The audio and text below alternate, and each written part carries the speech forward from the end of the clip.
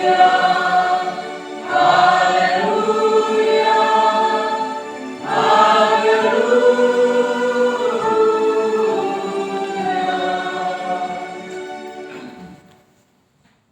Ibu, saudari dan juga anak-anak yang dikasih Tuhan, untuk renungan hari ini saya minta bantuan dari Cecil ya untuk membuka. Tahun 2025 ini kita mau ngapain ya Bapak Ibu? Mau ngapain kira-kira? Sementara itu silakan Cecil. Sudah oke, baik. Dan ada apa sih sebenarnya? Mundur dulu dong, jangan buru-buru. Jadi ada apa sih di tahun 2025 dan kita mau ngapain gitu ya? Oke, lanjut Sil. Apa sih mimpimu? Punya angan-angan apa? Apa cita-citanya? Lanjut. Apa yang mau kita lakukan? Lebih spesifik lagi, ada dua hal Bapak Ibu. Untuk kita secara pribadi dan juga untuk persekutuan kita di tahun 2025 ini kita mau ngapain? Lanjut. Inginnya sih menjalani tahun 2005 itu dengan gembira, happy, bener ya? Siapa sih yang nggak pengen? Ya, tetapi tiba-tiba kita seolah-olah melihat tahun 2025 ini seperti gelap, seperti jalan di tengah hutan. Nah ini masih bagus ada tracknya gitu kan ya. Tapi seolah-olah gelap, gak jelas ujungnya tuh seperti apa, endingnya itu akan seperti apa. Apakah di sana, di balik hutan ini akan ada hal-hal yang baik, menyenangkan. Tapi nampaknya kita harus siap dengan adanya tantangan. Dan pada saat yang sama sebetulnya setiap tantangan itu berhimpitan dengan peluang. Yang perlu kita lakukan, yang perlu kita siapkan adalah kemampuan untuk melihat bahwa di balik setiap tantangan pasti ada peluang. Tantangan dan peluang yang seperti apa sih? Ini agak lama di sini dulu ya, Cecil ya. Kita selama kurang lebih 20 sampai 30 tahun terakhir ini kita dibanjiri dengan berbagai macam gadget. Saya lebih senang menyebutnya gadget bukan gadget. Ini kan gadget semuanya. Gadget. 20 sampai 30 tahun terakhir ini kita dibanjiri dengan benda-benda seperti ini, dengan gadget. Betul ya? HP saya pertama kali itu tahun 2001. 2002 mungkin ya, antara 2001 2002. Itu HP Nokia. Saya nggak nyebut merek ya. Saya nggak nyebut merek ya. HP Nokia, HP yang begini ya. Dan itu daya tahannya oke gitu kan ya. Terus abis itu dari cuman layar yang ya begitulah gitu kan ya, nggak seru-seru gitu kan. Terus mulai berkembang seperti sekarang. Sampai salah satu alat itu di sudut kiri atas ya, samping laptop itu yang dipasang di mata gitu kan. Kita jadi seolah-olah sedang menikmati sebuah petualangan atau apapun lah aktivitasnya lewat itu. Dan celakanya Bapak Ibu, orang tidak siap dengan menggunakan semua gadget ini. Mayoritas penduduk bumi yang menggunakan gadget tidak siap. Tidak siap mental, tidak siap pendidikan, tidak siap sikap, bahkan tidak siap mempergunakannya. Belakangan ini, sebulan terakhir ini sedang ramai jadi perbincangan di beberapa kalangan, khususnya dari kalangan psikologi, orang-orang yang bergerak di ranah psikologi, itu sesuatu yang disebut sebagai brain rot. Apa itu? Nanti akan saya tampilkan juga di sana, yaitu kebusukan otak, pembusukan otak lebih tepatnya. Proses bagaimana manusia, baik itu dari usia belia sampai usia dewasa, itu mengalami proses pembusukan otak. Gara-gara apa? Gara-gara tidak siap menggunakan ini, dan gara-gara tidak siap menonton tayangan-tayangan melalui gadget ini. Seperti apa? Nanti saya akan singgung di bagiannya. Ini sebetulnya adalah peluang. Semua gadget ini adalah produk teknologi. Yang namanya teknologi itu untuk memudahkan kehidupan manusia. Tapi celakanya karena tidak cukup siap, maka ini menjadi tantangan yang luar biasa. Karena apa? Orang pada akhirnya diperlakukan layaknya sebagai sebuah objek yang selalu mengkonsumsi hal-hal yang akan disiapkan oleh gadget ini. Orang lupa bahwa dengan ini orang itu bisa menjadi sangat produktif. Persentase terbesar dari para pengguna gadget ini justru adalah konsumen, bukan produsen. Contohnya, Bapak Ibu berapa lama menggunakan gadget ini dan menikmati konten-konten yang ditampilkan. Tapi berapa banyak dari waktu yang Bapak Ibu miliki dalam satu minggu itu memproduksi konten yang kemudian itu menjadi produktif buat diri sendiri. Lebih banyak orang mengkonsumsinya, betul ya? Lebih banyak orang mengkonsumsinya, buatan orang, tontonan orang, produk-produk siapa dari mana. Yang kadang-kadang karena ketidaksiapan pendidikan kita menjadikan semua yang ditampilkan itu otomatis dianggap, sekali lagi, dianggap benar. Maka muncul yang namanya hoax dan sebagainya. Betul kan? Ya semua, wah ini berarti layu, dikirim, di-share, betul ya? Selalu aja siap tanpa screening, tanpa ngecek ini hoax atau enggak gitu kan ya. Dan celakanya lagi yang karena ketidaksiapan pendidikan juga, yang kita sebar kadang-kadang itu mengandung konten-konten yang akan mencelakakan diri kita sendiri. Apa aja misalkan, rupiah kita bisa tiba-tiba dalam beberapa detik, betul kan? Karena di situ ada file yang APT ya, apa? Nah, yang seperti itu. Jadi hal-hal yang seperti itu merugikan kita. Karena apa? Karena kita tidak cukup siap dengan pendidikan. Ini peluang, tapi juga jadi tantangan. Ini tantangan, tapi juga sebenarnya bisa menjadi peluang. Dalam pelayanan, banyak gereja zaman sekarang menjadikan ini sebagai peluang yang luar biasa. Kenyataannya, luar biasa. Pekabaran Injil begitu getol, begitu gencar dengan teknologi seperti ini. Tapi dibarengi juga dengan tantangan yang memang tidak mudah. Ini luar biasa. Berikutnya, kita juga berhadapan dengan yang berikutnya lagi nih. Oke, Sil. Yang Bapak Ibu lihat apa itu ya? Drone, taxi drone. Di dalamnya itu ada orang. Dan ini teknologi yang sedang disiapkan secara massal di beberapa negara, salah satunya Cina. Jadi orang nggak lagi takut nanti kena macet dan sebagainya. Ini kecepatannya bisa mencapai 220 km per jam. Kecepatannya bisa mencapai segitu.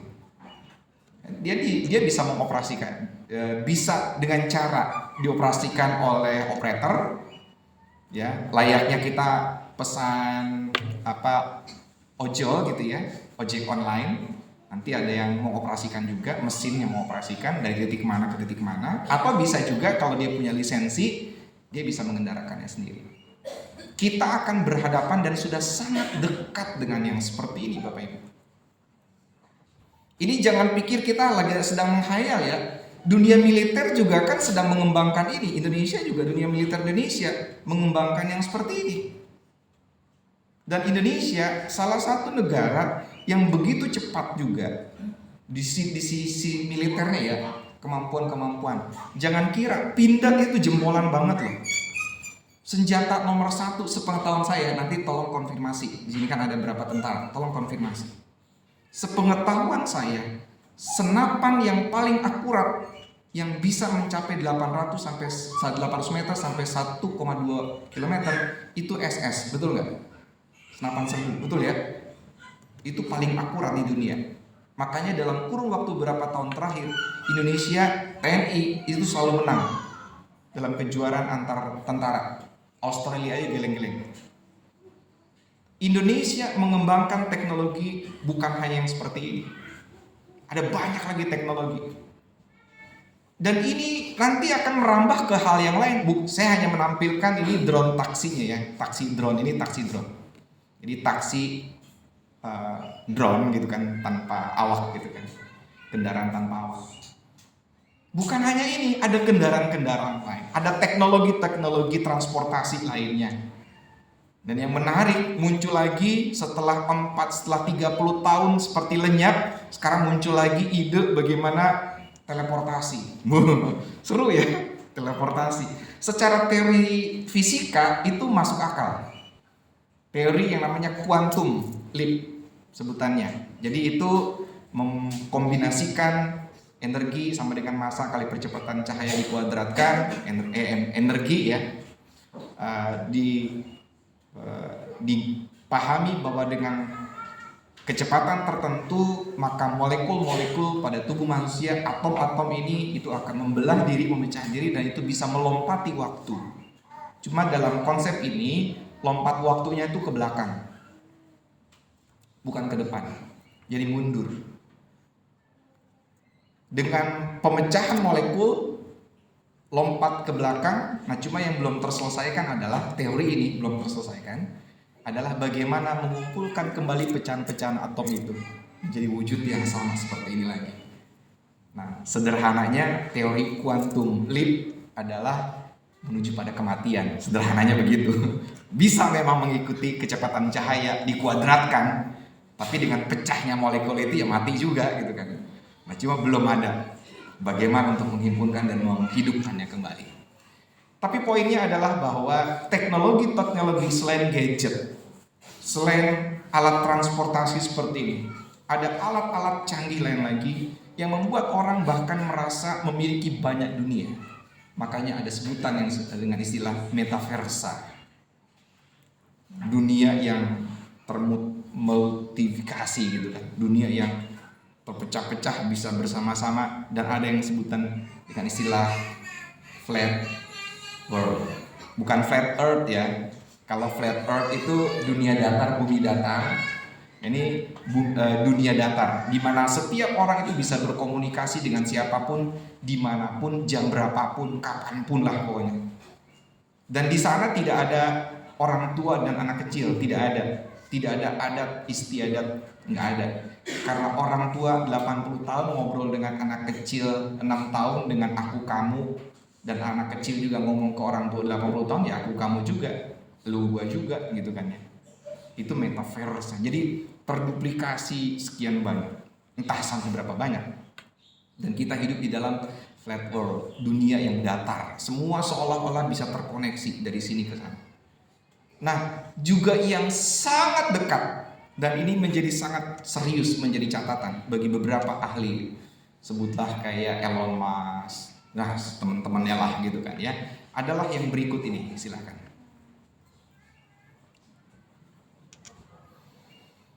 AI, Artificial Intelligence, robot yang belajar sendiri, kecerdasan artifisial, kecerdasan buatan, robot yang belajar sendiri. Dan robot sekarang banyak belajar baca buku. Yang terjadi sebaliknya, manusia menggunakan gadget. Manusia nonton tayangan, robot belajar. Yang dipelajari apa? Semua hal. Makanya anak-anak muda sekarang tinggal mudah pakai GPT ya, pakai GPT, mau pakai chat GPT ke, mau apa GPT ke, tinggal ngobrol. Hey, siapa? Tinggal sebut namanya. Kalau GPT yang ini disebut namanya si apa? Robi. Robi, aku mau tanya tentang ini. Dia tinggal jawab. Enak kan? Bayangkan ini masuk dalam sekolah, anak gak akan belajar. Anak tinggal tanya, hey Robi, 5 tambah 3 berapa? 5 tambah 3 nanya robot. 1 tambah 2 nanya robot. Karena orang tidak siap dengan hadirnya teknologi. Beberapa penemu teknologi canggih sekarang justru sedang mewanti-wanti ini. Ketika kecerdasan mereka melampaui apa yang kita bayangkan, maka manusia akan menjadi entitas kedua, keberadaan kedua, tidak lagi menjadi makhluk unggul. Yang unggul adalah mereka. Karena dengan hadirnya mereka, banyak pekerjaan itu diambil alih. Satu ketika nggak ada lagi pendeta, yang khotbah mereka. Karena teman saya sudah membuktikan kok dengan GPT-nya itu, AI, tolong buatkan khotbah, topiknya ini, bahan bacaan Alkitabnya ini. Jadi, seru kan? Ini luar biasa. Dan kita juga berhadapan dengan ini dalam konteks yang sederhana. Bapak Ibu masuk ke swalayan, Bapak Ibu masuk ke makanan cepat saji, warung makanan cepat saji. Yang Bapak Ibu akan hadapi itu bukan lagi orang. Betul kan? Layar. Mau pesan apa, ya beberapa masih ada yang masih menggunakan orang sebagai kasir, sebagai ya penerima apanya, pesan gitu kan. Tapi banyak yang sudah menggunakan layar doang. Saya mau pesan apa, menunya apa, tingkat kepedesannya. Nah, salah satu hal yang menyenangkan ketika ke salah satu rumah sakit menyediakan layanan seperti itu, kopi. Kopi, jenis kopinya apa, pilih. Manisnya, level manisnya, gula 1 sendok, ada levelnya, tinggal bayarnya gimana, tinggal bayar, scan, selesai. Ini loh teknologi, mereka belajar sendiri. Artinya dengan segala kondisi kesederhanaannya, dalam makna yang sangat sederhana, mereka jadi program. Tapi programnya itu kan dari proses pembelajaran. Dan pada akhirnya mereka juga disiapkan untuk belajar sendiri, belajar merespon, belajar emosi. Ini yang sangat menarik. Beberapa tahun terakhir ini bahkan AI ini belajar emosi, belajar rasa. Sementara banyak orang sudah mulai kehilangan rasa, kehilangan empati, kehilangan kepekaan. Robot belajar rasa, belajar empati. Ini peluang. Tapi kalau kita tidak siap, ini menjadi tantangan. Dan jangan kira ini hanya hayalan loh Bapak Ibu. Kalau ini kita anggap sebagai hayalan, percayalah, ketika ini sudah datang tiba-tiba di depan pintu, kita akan terkaget-kaget. Dan kita sudah kehilangan ratusan langkah di belakang. Maka ini harus kita antisipasi. Kita siap nggak dengan hal-hal seperti ini? Ini mimpi kita, ini mungkin harapan kita, ini tantangan kita, ini peluang kita. Tapi selesai di situ? Enggak, selanjutnya. Ternyata kita punya banyak belenggu untuk bisa berhadapan dengan semua teknologi itu. Tangan kita terikat apa saja? Brain rot, pembusukan otak. Ini agak lama di sini dikit ya. Hal sederhana tetapi sangat serius. Dan ini menjadi persentase tertinggi yang membuat dampak pembusukan otak. Itu adalah nonton tayangan receh. Serius? Bapak Ibu senang nonton tayangan receh? Yang lihat, yang ngomongnya juga nggak jelas gitu kan ngomongnya. Tidak terstruktur ngomongnya. Ketika ada orang jatuh diketawain, ketika orang terluka diketawain. Receh yang short, tampilan short itu loh. Mau yang di YouTube, mau yang di TikTok, mau yang di mana, terserah. Yang pendek-pendek yang cuma 30 detik atau mungkin 15 detik doang, ada yang sampai 1 menit, nonton receh. Hasil studinya ini berdampak luar biasa pada pembusukan otak. Makanya ahli psikologi 5 tahun terakhir ini melihat pasca atau setahun sebelum COVID-19, dan COVID-19 itu berpengaruh sangat luar biasa untuk masuknya proses pembusukan otak ini. Kenapa? Karena orang nggak bisa kemana-mana. Hiburannya apa? Yaitu gadget, nonton itu aja tayangannya. Makanya saya sama istri sampai sekarang itu selalu sangat marah, selalu sangat serius ketika anak kami nonton tayangan-tayangan seperti itu. Kita udah berjanji masuk kelas baru sekarang ini, maka gadget hanya dipakai 1 jam 1 minggu. HP 1 jam 1 minggu saja. Atau maksimalnya 2 jam, Sabtu dan Minggu saja. Selebihnya no. Silahkan main di halaman, silahkan gambar, silahkan membentuk, silahkan pakai Lego dan sebagainya. Silahkan aktivitas itu, karena itu justru akan membantu pembentukan otak. Sementara tayangan-tayangan itu betul-betul menjadi candu yang luar biasa. Berapa banyak waktu yang Bapak Ibu anak-anak mainkan hanya untuk menonton itu. Saya kemarin sengaja sebagai sebuah proses investigasi, menguji dan sebagainya. Ternyata ketika dibiarkan 2,5 jam tak berhenti nonton. Kemarin saya sengaja membiarkan itu untuk melihat betul nggak sih? Ternyata betul. Dan ini jadi tantangan serius. Dan ini bukan hanya untuk anak-anak loh Bapak Ibu. Ini buat orang dewasa juga. Anak remaja, orang dewasa, sampai maaf yang sudah kakek-kakek, nenek-nenek, kena dampak ini. Pembusukan otak. Karena ganglion otak yang jumlahnya jutaan di dalam kepala kita ini, itu perlahan akan mengalami pengerucutan. Karena apa? Ini mirip seperti orang yang sedang menggunakan morfin, orang yang sedang menggunakan narkoba, kesana. Dahsyat ternyata. Apa yang akan kita siapkan? Dengan kondisi bahwa ini belenggu kita. Karena kalau orang sudah terikat dengan yang seperti ini, dengan tayangan, mau ngapa-ngapain jadi males.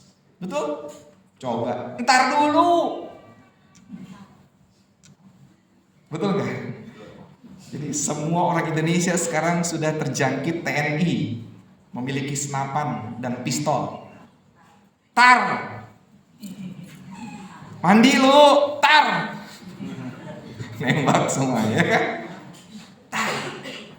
Dan kita sudah dalam titik menuju ke sini, brain rot, pembusukan otak. Selanjutnya, apalagi zona nyaman kita. Zona nyaman itu bisa macam-macam. Kebiasaan kita, ya termasuk itu tadi nonton. Apalagi berikutnya, pola asuh yang buruk. Dan saya tidak mau menyalahkan, tentang hal ini saya tidak mau menyalahkan, karena memang ada kalanya kebutuhan ekonomi itu betul-betul menjadi persoalan serius. Orang tua, ibu dan bapak, waktu berjumpa dengan anak itu berapa jam? Ini berbeda sekali dengan pola asuh di zaman generasi, sebutlah generasi saya, yang ujungnya baby boomers menuju ke milenial. Waktu interaksi antara saya dengan orang tua dalam satu hari, saya bisa yakin lebih dari 16 jam sehari. Yakin saya lebih dari 16 jam minimal dengan ibu saya. Tapi zaman sekarang interaksi orang tua dengan anak berapa jam sehari? Interaksi yang saya maksud itu termasuk tidur dengan bapak, anak perempuan tidur dengan ibu sambil merangkul dan sebagainya, antara kakak adik. Sekarang coba itu orang tua, bagaimana bisa menemukan waktu yang maksimal, waktu yang berkualitas? Karena untuk mencapai titik waktu berkualitas itu ada pemanasannya dulu, ada titik puncaknya, habis itu oke, mereda lagi. Nah ini ketemu 20 menit, pemanasannya baru 5 menit,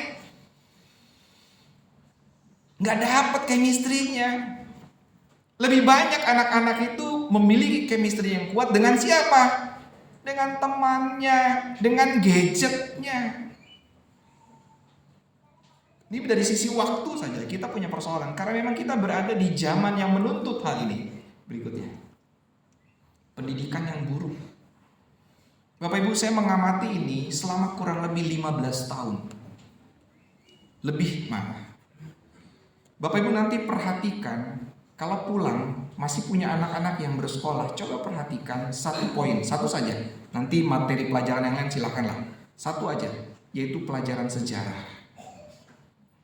Kenali mulai dari SD sampai SMA siapa saja tokoh-tokoh sejarah yang dibahas. Diponegoro, Kartini, Cut Nyadin, Tuanku Imam Bonjol, Hasanuddin, siapa lagi? Sudirman, siapa lagi? Ada sudah? Dewi Sartika, cukup jarang dibahas di buku sejarah. Cek nanti buku sejarah. Dalam hitung-hitungan saya nggak sampai 20 tokoh sejarah. Tidak sampai 20 tokoh sejarah. Bahkan yang lebih miris adalah ketika saya tanya Tuparev, itu tahu nggak? Nggak tahu. Jalan dekat kita doang. Tuparev, 7 pahlawan revolusi. Tanya siapa saja itu. Ketika saya tanya DI Panjaitan, siapa itu? Di sini ada yang Panjaitan? Pak Panjaitan. Bapak sih tahu lah ya. DI Panjaitan tahu ya Pak, DI-nya tahu ya Pak ya. Ketika saya tanya anak-anak, nggak ada yang tahu. Ya Pak, DI Panjaitan aja dia nggak baru dengar namanya. Apalagi DI-nya. Ntar dikirain Darul Islam lagi. Bukan. Donald Ishak Panjaitan. Siapa yang tahu itu? Atau siapa pahlawan Indonesia yang di usia 17 tahun pangkatnya ada mayor? Nggak ada yang tahu. Dan Mogot. Ya, purnawirawannya mayor. Satu-satunya di dunia loh. Dan sadar nggak sih tokoh-tokoh yang kurang dari 20 ini berlatar belakang apa? Sadar nggak sih di Indonesia ini ada puluhan ribu, ada ratusan ribu pahlawan. Dan bejibun anak-anak Tuhan jadi pahlawan bagi bangsa Indonesia. Tapi nggak pernah disebut. Tidak kurang Adi Sucipto, tidak kurang Slamet Riyadi. Akan makanya namanya diabadikan jadi nama sekolah kan? Tidak kurang Yosudarso, Daan Mogot. Siapa lagi? Sugio Pranoto. Di Kalimantan ada Cili Riwut. Di Papua ada, itu yang uang 10.000 rupiah, Frans Kaisiepo. Dialah bersama dengan Pak Presiden Soekarno memperkenalkan istilah Irian. Ada yang tahu singkatan Irian? Nggak ada yang tahu. Ikut Republik Indonesia anti Nederland. Kita sedang berhadapan dengan pendidikan yang sedang menyingkirkan semangat nasionalisme. Sadar atau tidak sadar, arahnya ke sana. Ini adalah bentuk penjajahan terhadap nasionalisme kita. Anak-anak muda loh, pahlawan-pahlawan itu. Mereka ada yang usianya 20-an tahun, 24 tahun, Piret Tendean. Daan Mogot 17 tahun. Yang 40 tahun ngapain sekarang? Yang 30 tahun ngapain sekarang? Ada tokoh lagi yang sangat dekat, pahlawan yang sangat dekat untuk Indonesia. Dan sebenarnya ini di dunia pendidikan, kesehatan, ini pasti semestinya dikenal. Johannes Leimena. Orang GKP loh itu. Nikahnya di GKP Bandung. Direktur Rumah Sakit Immanuel. Dan 18 kali menjabat sebagai menteri. Mulai dari zaman Orde Baru, Orde Lama sampai Orde Baru. Satu-satunya orang yang menjabat menteri 18 kali. Nggak pernah turun. Makanya diberi gelar pahlawan. Tapi gelar pahlawannya karena memperkenalkan puskesmas. Dialah penggagas puskesmas, Johannes Leimena. Tokoh-tokoh sejarah seperti itu apa pernah dibahas di buku sejarah? Di Ponegoro, di SD dibahas, di SMP dibahas, SMA dibahas. Serunya lagi di Ponegoronya pakai sorban. Emang iya ya, Pangeran Diponegoro pakai sorban? Oke, kita lahir. Itu pendidikan kita. Berikutnya, ini agak panjang hari ini nggak apa-apa ya Bapak Ibu. Tapi ini mau menyadarkan aja. Saya berharap ini bisa membantu menyadarkan. Berikutnya, lingkungan yang toksik, Lingkungan toksik itu termasuk diantaranya teman perkenalan, termasuk juga keluarga, siapapun. Berikutnya apa lagi? Ini beban-beban kita. Ini belenggu-belenggu kita. Tradisi. Tradisi ini jangan cuma berpikir soal pakaian daerah gitu ya.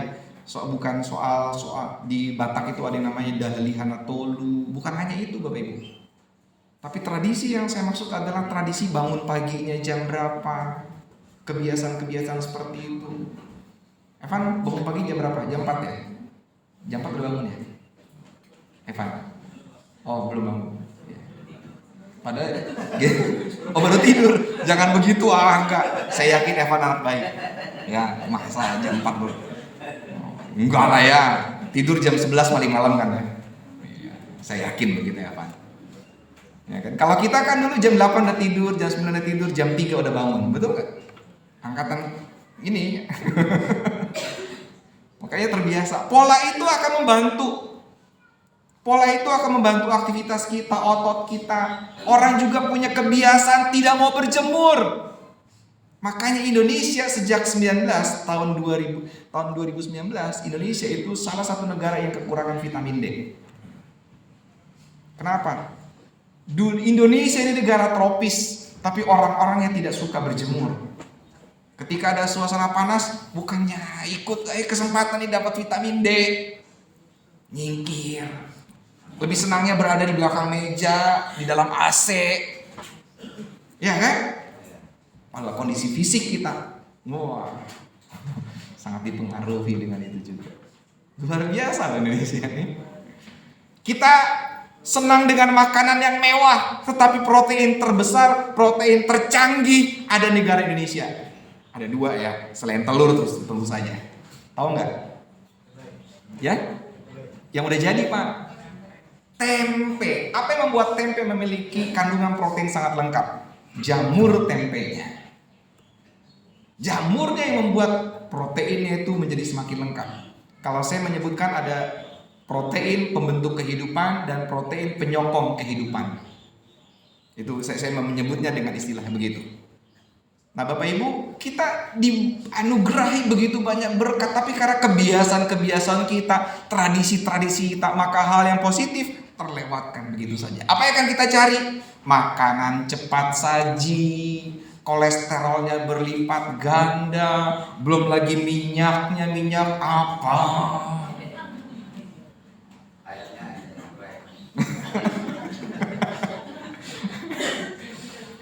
Nggak apa-apa makan ayam, nggak apa-apa.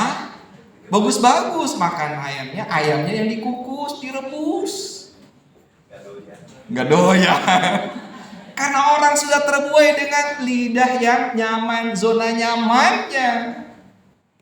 Berikutnya apalagi belenggunya. Citra diri. Saya mah begini doang. Saya mah nggak bisa apa-apa. Saya mah masih muda, nggak bisa pelayanan. Kosong. Saya mah cuma begini doang. Pinder. Apalagi masa lalu. Biarlah itu menjadi masa lalu. Jangan jadi borgol, jangan jadi belenggu. Kalau kita hidup di masa lalu saja Bapak Ibu, kita nggak akan melihat drone. Kita akan tidak akan berhadapan dengan AI. Dan ketika AI datang kaget, apa lu? Siapa lu? Gue nggak ngerti. Kalau kita di masa lalu saja, kita nggak akan belajar untuk mengembangkan diri. Apalagi pikiran negatif. Orang senyum. Ini maaf ya, ini salah satu negara di Eropa. Ini punya hukum tentang senyum. Orang yang tersenyum itu bisa diambil sama polisi loh. Di Rusia. Jadi jangan tersenyum di jalan raya Rusia. Karena bisa jadi ntar diambil sama polisi. Nah kita kan sebenarnya sangat biasa dengan keramah tamah, dengan yang senyum. Tetapi dengan pikiran negatif sekarang dia senyum lagi ngeledek gue. Apa ngeledek? Kenapa ketawanya gitu Ahmad? Nah itu kan pikiran negatif kan? Padahal maksudnya adalah karena terhibur mungkin kan? Gitu. Pikiran negatif, hal-hal yang bagus dianggap jelek. Apalagi yang udah jelek, tambah jelek gitu kan. Berikutnya apalagi? Putus asa. Ya karena lengkap dengan citra diri tadi, dengan pikiran negatif tadi, putus asa karena pengalaman masa lalu pernah gagal, udah putus asa. Udahlah nggak mau ngapa-ngapain lagi gini aja. Nah, udah. Apalagi? Rasa takut, takut belajar, takut berkembang, takut berhadapan dengan orang baru, takut berhadapan dengan apa? Rasa takut ini membunuh banyak kesempatan. Berikutnya ada kecanduan. Canduan ini macam-macam, termasuk yang tadi yang membuat kerusakan atau pembusukan otak. Belum lagi kecanduan apa? Narkotika. Penyalahgunaannya ya. Karena setiap orang di ruangan ini pasti menggunakan narkotika atau mengkonsumsi narkotika. Tapi yang menjadi persoalan adalah penyalahgunaannya. Kan yang dekat dengan kita, nasi aja tuh punya kandungannya kok gitu kan. Nah, kecanduan apa lagi? Tontonan macam-macam yang sangat menggoda untuk anak-anak remaja itu banyak sekali. Berikutnya kecanduan. Setelah kecanduan ada sakit hati, dendam. Sakit hati masih diingat itu 10 tahun yang lalu. 7 turunan gak akan gua ampunin.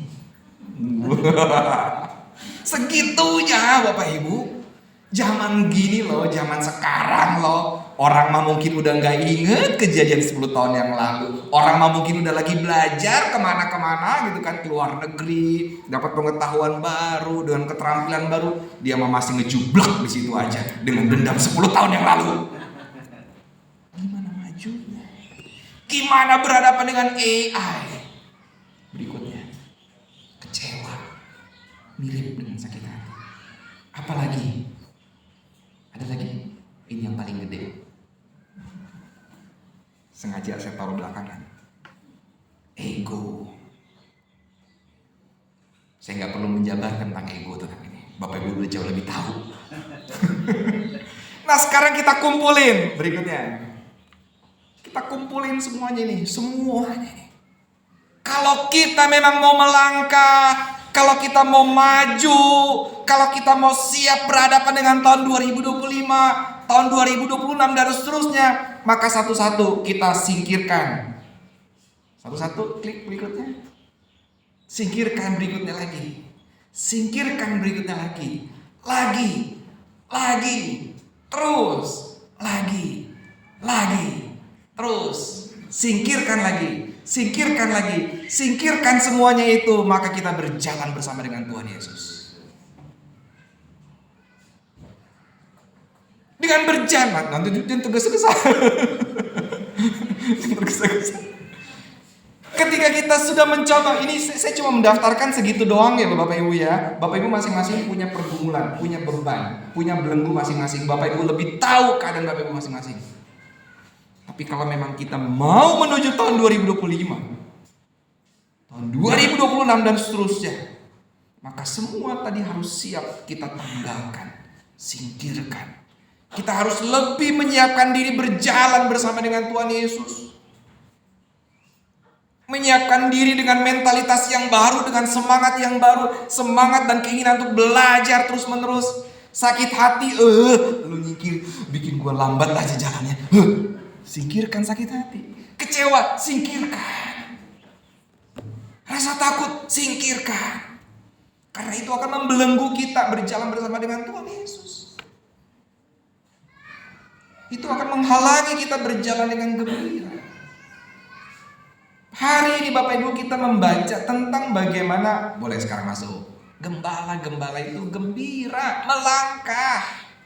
Ketika malaikat datang, yo pergi, yo kita pergi, yo sekarang kita ke Bethlehem. Gembira mereka karena apa?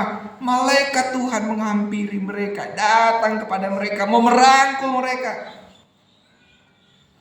Hambatan mereka banyak, sangat banyak. Secara sosial mereka punya hambatan yang luar biasa. Tetapi mereka dipakai oleh Tuhan. Mereka dirangkul oleh Tuhan untuk melangkah. Dan pada akhirnya apa? Mereka menjadi pewarta kabar baik. Kelompok-kelompok awal yang dipakai oleh Tuhan menyampaikan kabar baik itu adalah para gembala. Orang yang dianggap tidak penting. Citra diri juga akan mempengaruhi kita tidak melangkah dengan baik. Kalau seandainya para gembala beranggapan, ya saya cuma begini doang, kami kan cuma gembala, apa bisa dipercaya? Nggak akan ada kabar berita yang mungkin sampai ke kita sekarang ini, betul nggak?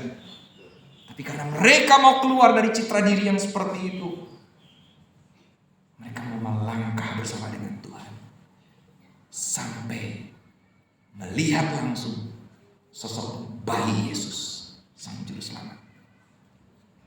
Dan nama Yesus itu bukan nama abal-abal, Bapak Ibu. Nama asli lahirnya Tuhan Yesus itu Yehusua, sama dengan nama Yosua. Yehusua yang artinya apa? Tuhan adalah keselamatan. Tuhan Yesus hadir sebagai representasi Allah untuk membawa keselamatan. Dan para gembala ini bersuka cita karena tahu yang akan didatanginya itu bukan berita bohong. Dan ternyata sesudah mereka melihat dan menyaksikan sendiri, mereka mengimani inilah Juru Selamat, inilah Yesus. Kalau kita juga berjalan bersama dengan Tuhan Yesus dengan keyakinan iman yang sama dengan para gembala, niscaya segala belenggu tadi akan tersingkirkan. Segala belenggu tadi akan ditanggalkan. Maka kita akan selanjutnya melangkah bersama dengan Tuhan Yesus. Mari berjalan bersama dengan Tuhan Yesus. Mari berjalan dengan riang gembira. Tanggalkan semua belenggu tadi. Tanggalkan beban-beban tadi. Lihat di depan ada banyak kesuksesan yang menanti kita ketika kita berjalan bersama dengan Tuhan Yesus selanjutnya. Mari menjalani tahun 2025 dengan gembira. Melangkah dengan gembira bersama dengan Tuhan. Siap Bapak Ibu? Yakin. Banyak loh belenggu-belenggunya. Siap? Lepaskan belenggu dari tangan. Lepaskan belenggu dari kaki. Siap? Nah, besok-besok jangan gampang pundungan ya. Besok-besok kita jalani dengan riang, kita jalani dengan gembira. Jangan jadikan kekecewaan, sakit hati, patah hati, masa lalu menggelayut di kaki kita, di tangan kita, atau bahkan di pundak kita. Jangan biarkan itu. Mari kita jalani 2025 dengan gembira bersama dengan Tuhan. Tuhan berkati kita. Amin.